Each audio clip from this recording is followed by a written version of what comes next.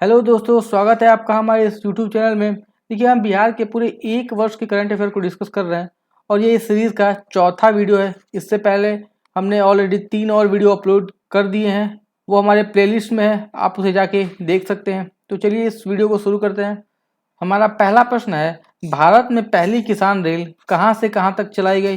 देखिए, ये महाराष्ट्र के देवलाली से बिहार के दानापुर तक चलाई गई। तो इसका सही आंसर होगा ऑप्शन नंबर बी, महाराष्ट्र से बिहार तक। और अगर आपसे डेट पूछ ले तो ध्यान रखिएगा, 7 अगस्त 2020 को ये पहली ट्रेन चलाई गई थी। और इसका उद्देश्य क्या है तो वो भी आप याद रखिएगा, जो सब्जी, फल, अन्य कृषि उत्पाद जो जल्दी खराब हो जाते हैं उनका किसान रेल सेवा के माध्यम से उनके गंतव्य स्थल अथवा मंडियों तक पहुंचाया जाना इसका मेन मोटिव है। तो आप इसे ध्यान रखिएगा और डेट याद रखिएगा, एग्जाम में पूछा जा सकता है। 7 अगस्त 2020 को ये पहली बार चलाई गई थी। अगला प्रश्न है, बिहार के अरुण कुमार वर्मा जी का निधन हो गया, ये किस क्षेत्र से संबंधित थे? तो इसका सही आंसर होगा ऑप्शन नंबर सी, ये पत्रकारिता से संबंधित थे। ध्यान रखिएगा, इनका जो निधन हुआ वो 68 वर्ष की आयु में इनका निधन हो गया था। देखिए, ये हैं अरुण कुमार वर्मा जी। और ध्यान रखिएगा, ये आकाशवाणी और दूरदर्शन न्यूज़ पटना के न्यूज़ एडिटर भी रह चुके हैं। अगला प्रश्न है, बिहार सरकार द्वारा पटना में साइंस सिटी खोला जा रहा है, इसका नाम किस महान व्यक्ति के नाम पे रखा गया है? तो इसका सही आंसर होगा option number D, Abdul Kalam जी के नाम पे रखा गया है पटना साइंस सिटी का नाम। और ध्यान रखिएगा, इन्हें मिसाइल मैन के भी नाम से जाना जाता है और ये देश के पूर्व राष्ट्रपति भी रह चुके हैं। और जो साइंस सिटी है इसका निर्माण 400 करोड़ रुपए की लागत से किया जा रहा है। अगला प्रश्न है, बिहार में कितने पेट्रो प्रोजेक्ट बनाए जा रहे हैं? तो देखिए, इसका सही आंसर होगा option number A, 3 petro project बनाए जा रहे हैं। देखिए, इसकी लागत, कुल लागत कितनी होगी? तो 900 करोड़ रुपए इसकी कुल लागत होगी।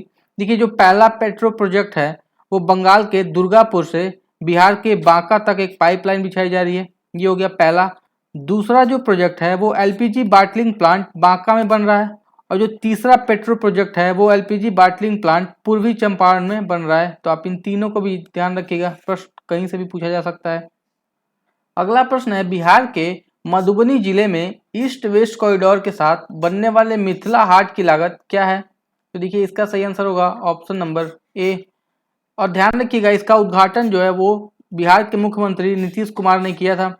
और ये मिथिला हाट क्या है इसके बारे में भी आप जान लीजिए। एक ऐसा प्लेटफॉर्म होगा मिथिला हाट जहां आर्ट एंड क्राफ्ट के कलाकारों की कलाकृतियों की राष्ट्रीय स्तर पर ब्रांडिंग की जाएगी। और देखिए, प्रश्न ऐसे भी पूछा जा सकता है कि जो मिथिला हाट है वो बिहार के किस जिले में बन रहा है? तो वो भी आप ध्यान रखिएगा, बिहार के मधुबनी जिले में बन रहा है। अगला प्रश्न है, बिहार का पहला राजकीय स्तर का पक्षी महोत्सव कहाँ मनाया गया या कहाँ हुआ? तो इसका सही आंसर होगा option number A, Nagi Nakti पक्षी अभ्यारण्य में ये मनाया गया। ये किस जिले में स्थित है? तो ध्यान रखिएगा, ये बिहार के जमुई जिले में स्थित है। और इस महोत्सव का नाम क्या था? तो वो भी आप ध्यान रखिएगा, इस महोत्सव का नाम था कलरव। और ये 3 दिनों तक चला था। देखिए, इस महोत्सव को मनाने का क्या मेन मोटिव था, क्या पर्पस था, वो भी आप देख लीजिए।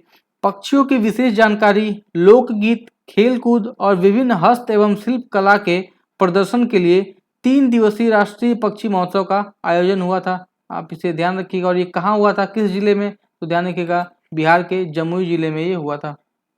अगला प्रश्न है, चर्चा में रही अंतर्राष्ट्रीय निशानेबाज श्रेयसी सिंह किस पार्टी में शामिल हुई? देखिए, इसका सही आंसर होगा ऑप्शन नंबर ए, ये भाजपा में शामिल हुई। और जो 2020 में विधानसभा चुनाव हुए थे तो वो जमुई विधानसभा से ये विधायक भी बन चुकी हैं, ये भी आप ध्यान रखिएगा। और ये जो श्रेयसी सिंह है वो पूर्व केंद्रीय मंत्री स्वर्गीय दिग्विजय सिंह की बेटी हैं। ये देखिए, ये हैं श्रेयसी सिंह। तो ये किस पार्टी में शामिल हुई हैं? तो ध्यान रखिएगा, ये भाजपा में शामिल हो गई हैं। अगला प्रश्न है, देश में पहली बार किस ट्रांसजेंडर को चुनाव के दौरान पीठासीन अधिकारी बनाया गया है? तो इसका सही आंसर होगा option number A, Monika Das ji को बनाया गया था। अब इनके बारे में जान लेते हैं। देखिए, ये मोनिका दास जी जो हैं केनरा बैंक की ऑफिसर हैं और ये बिहार में पटना जिले की निवासी हैं, जिनकी उम्र क्या है? 32 साल। अगला प्रश्न है, बिहार बैडमिंटन संघ के अध्यक्ष कौन है? तो इसका सही आंसर होगा ऑप्शन नंबर ए। ध्यान रखिएगा, हाल ही में अब्दुल बारी सिद्दीकी जी को बिहार बैडमिंटन संघ का अध्यक्ष बनाया गया है। और इसी के साथ एक और बात आप ध्यान रखिएगा, अब्दुल बारी सिद्दीकी जी बिहार सरकार के पूर्व खेल मंत्री भी रह चुके हैं। अगला प्रश्न है, जनता का सेवक नीतीश कुमार पुस्तक के लेखक या लेखिका कौन है? देखिए इसका सही आंसर होगा option number D, Shafaq Bano ji हैं इस पुस्तक के लेखक। और अगर आपसे पूछे कि इस पुस्तक का विमोचन किसने किया, तो ध्यान रखिएगा राज्यसभा के वरिष्ठ सदस्य वरिष्ठ नारायण सिंह ने इस पुस्तक का लोकार्पण या विमोचन किया। अगला प्रश्न है, मनरेगा के तहत वित्त वर्ष 2021-22 में बिहार में कितने फलदार पौधे लगाने का लक्ष्य रखा गया है? तो देखिए आप यहाँ एक बात याद रखिएगा, अगर आपसे पूछे कि कुल कितने पौधे लगाए जाएंगे, तो ध्यान रखिएगा 2 करोड़ कुल पौधे लगाए जाएंगे, जिनमें 50 लाख जो है वो फलदार पौधे और बाकी 1.5 करोड़ जो है वो बिना फलदार पौधे लगाए जाएंगे।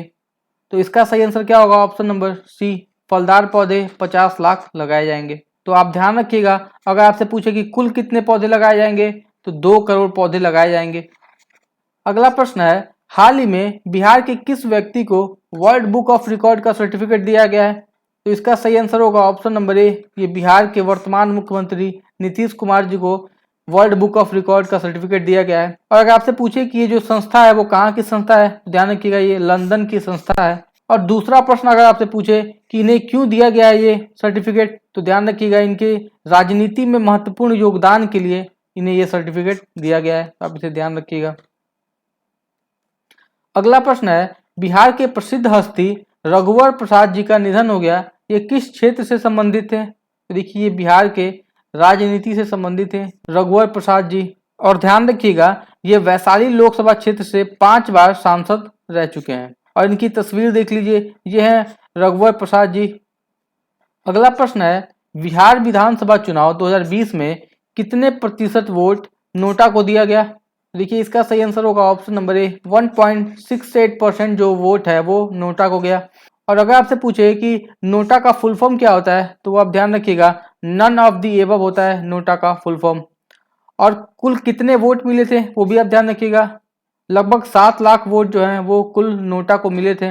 और नोटा से रिलेटेड एक और इम्पॉर्टेंट बात आप याद रखिएगा कि भारतीय निर्वाचन आयोग ने वर्ष 2013 में सुप्रीम कोर्ट के आदेश पर नोटा का विकल्प लगाना शुरू किया था। तो आपसे ये ईयर पूछा जा सकता है, तो आप इसे ध्यान रखिएगा कब लगाया गया पहली बार, तो 2013 में ये पहली बार लगाया गया था नोटा का विकल्प। अगला प्रश्न है, बिहार राज्य सरकार द्वारा राज्य के सभी सरकारी स्कूलों में पढ़ने वाले किन छात्रों को 300 रुपये प्रति माह दिया जाएगा? तो देखिए इसका सही आंसर होगा ऑप्शन नंबर ए, जो दिव्यांग छात्र होंगे उनको प्रति माह 300 रुपये दिया जाएगा। और ये क्यों दिया जाएगा, तो ध्यान रखिएगा इनके ट्रांसपोर्टेशन के लिए प्रति माह 300 रुपये दिया जाएगा। अगला प्रश्न है, पंजाब और हरियाणा के हाई कोर्ट के पूर्व मुख्य न्यायाधीश का निधन हो गया, उनका नाम क्या था? तो ध्यान रखिएगा इनका नाम था एम रामा जोइस जी। हमारा ए ऑप्शन जो है वो सही हो जाएगा। अब ये एम रामा जोइस जी जो हैं वो बिहार से कैसे संबंधित हैं, तो ध्यान रखिएगा ये झारखंड और बिहार के पूर्व राज्यपाल रह चुके हैं। अगला प्रश्न है, किस जिले में बंदरों के लिए बगीचा बनाए जाने की घोषणा की गई है? तो इसका सही आंसर होगा ऑप्शन नंबर डी, ये बिहार के अररिया जिले में बंदरों के लिए बगीचा बनाए जाने की घोषणा की गई है। और अगर आपसे पूछे कि अररिया में भी कहाँ बनेगा, तो ध्यान रखिएगा ये अररिया के रानीगंज में बनेगा, जो 10 एकड़ जमीन पर फैला होगा। अगला प्रश्न है, बिहार के रोहतास जिले के कृषि विज्ञान केंद्र को किसके प्रबंधन में उत्कृष्ट कार्य के लिए इको एग्रीकल्चर अवार्ड से सम्मानित किया गया है? तो इसका सही आंसर होगा ऑप्शन नंबर बी, इन्होंने पराली प्रबंधन में बहुत उत्कृष्ट काम किया, इसलिए इन्हें इको एग्रीकल्चर अवार्ड 2021 से सम्मानित किया गया। अगला प्रश्न है, भारत में सबसे बड़े बुद्ध की लेटे हुए प्रतिमा कहाँ स्थापित की जा रही है?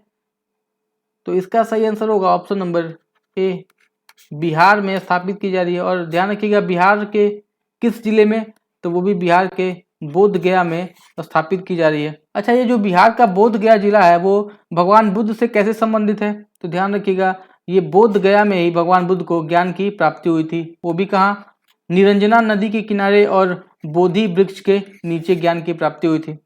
अब इससे संबंधित कुछ फैक्ट्स आप देख लीजिए, जैसे देखिए लेटे हुए बुद्ध की मूर्ति या छवि बुद्ध की बीमारी के अंतिम दौर तथा परिनिर्वाण के पूर्व की स्थिति को दर्शाती है। और अगर आपसे पूछे कि विश्व में लेटे हुए बुद्ध की सबसे बड़ी प्रतिमा कहाँ है, तो वो ध्यान रखिएगा वो म्यांमार में स्थित है, जो 600 फुट लंबी है। और इसकी स्थापना कब हुई थी, तो 1992 में इसकी स्थापना हुई थी। तो आप इन सारी बातों को याद रखिएगा। ये देखिए बिहार के बोध गया में ऐसा ही बनेगा भगवान बुद्ध की प्रतिमा। अगला प्रश्न है, बिहार के कितने शिक्षकों को राष्ट्रीय शिक्षक सम्मान 2020 से सम्मानित किया गया है, तो इसका सही आंसर होगा ऑप्शन नंबर बी। ये बिहार के 2 शिक्षक हैं जिन्हें राष्ट्रीय शिक्षक सम्मान 2020 से सम्मानित किया गया है। और ये 2 शिक्षक कौन कौन है, इनका नाम आप ध्यान रख सकते हैं। जैसे ये सारण के हैं अखिलेश कुमार पाठक, और दूसरे हैं बेगूसराय के संत कुमार साहनी जी। इनकी आप तस्वीर देख लीजिए। यही 2 शिक्षक हैं बिहार के जिन्हें राष्ट्रीय शिक्षक सम्मान 2020 से सम्मानित किया गया है। ये तो हो गया बिहार के 2 शिक्षक। अगर आपसे पूछे कि भारत में कुल कितने शिक्षकों को नामित किया गया है या कितने शिक्षकों को सम्मानित किया गया है इस पुरस्कार से, तो ध्यान रखिएगा कुल 47 शिक्षकों को सम्मानित किया गया है। और चयनित शिक्षकों को शिक्षक दिवस पर भारत के राष्ट्रपति रामनाथ कोविंद के हाथों पुरस्कृत किया जाएगा। और ध्यान रखिएगा ये शिक्षक दिवस कब मनाया जाता है, तो 5 सितंबर को मनाया जाता है शिक्षक दिवस। अगला प्रश्न है, बिहार के किस जिले में continuous ambient air monitoring system स्थापित किया जा रहा है, तो ध्यान रखिएगा ये बिहार के पटना जिले में स्थापित किया जाएगा। और ये पटना में भी 3 जगह पे लगाया जाएगा, आप इसे ध्यान रखिएगा। पहला लगाया जाएगा इको पार्क, पटना के इको पार्क में, दूसरा बीआईटी मेसरा में, और तीसरा है एसके मेमोरियल हॉल। ये तीनों पटना में स्थित हैं। अगला प्रश्न है, कृत्रिम बुद्धिमत्ता को बढ़ावा देने के लिए कौन सी कंपनी ने आईआईटी पटना के साथ समझौता किया है, तो इसका सही आंसर होगा ऑप्शन नंबर बी।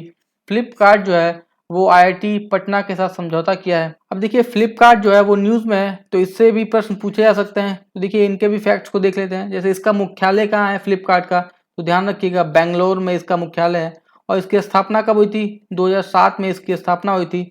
और किसने की थी, तो 2 व्यक्ति सचिन बंसल और बिन्नी बंसल ने इसकी स्थापना की थी। और ध्यान रखिएगा ये फ्लिपकार्ट जो कंपनी है वो मूलतः पुस्तकों की ऑनलाइन खरीद बिक्री के लिए बनी थी, लेकिन वर्तमान में ये ऑनलाइन का सबसे बड़ा प्लेटफॉर्म बन गया है। और अगर आपसे पूछे कि फ्लिपकार्ट के सीईओ कौन है, तो ध्यान रखिएगा कल्याण कृष्णमूर्ति जी हैं फ्लिपकार्ट के सीईओ। अगला प्रश्न है, बीच के लेवल पर क्यूआर कोड जारी करने वाला देश का पहला राज्य कौन सा है, तो इसका सही आंसर होगा ऑप्शन नंबर ए। जो बिहार राज्य है वो बीच के लेवल पर क्यूआर कोड जारी करने वाला देश का पहला राज्य बना है। और अगर आपसे पूछे कि जो क्यूआर कोड है उसका फुल फॉर्म क्या होता है, क्विक रिस्पांस कोड, तो आप इसे ध्यान रखिएगा। हमारा अगला प्रश्न है, इंडिया जस्टिस रिपोर्ट में बिहार का क्या स्थान है, तो इसका सही आंसर होगा ऑप्शन नंबर बी। जो बिहार का स्थान था वो है 13वां। और देखिए पहले स्थान पे था महाराष्ट्र, दूसरे पे तमिलनाडु और तीसरे पे कौन था, तेलंगाना। और अगर पूछे आपसे कि अंतिम स्थान पे कौन था, तो ध्यान रखिएगा वो था उत्तर प्रदेश। और अगर आपसे पूछे कि छोटे राज्यों में पहले स्थान पे कौन था, तो ध्यान रखिएगा छोटे राज्यों में गोवा जो था वो पहले स्थान पे था, और अंतिम स्थान पे अरुणाचल प्रदेश था। और ये जो रिपोर्ट है वो किस आधार पे अपना रैंकिंग जारी करती है, तो ध्यान रखिएगा राज्य में न्यायपालिका, पुलिस, जेल और कानूनी सहायता कैसी है उसी के आधार पे राज्य को रैंकिंग दी जाती है। तो दोस्तों ये हमारी इस वीडियो का एंड है। अगर आपको वीडियो अच्छा लगा तो वीडियो को लाइक करिएगा, चैनल को सब्सक्राइब करिएगा। हम फिर नेक्स्ट वीडियो में मिलेंगे, तब तक के लिए जय हिंद।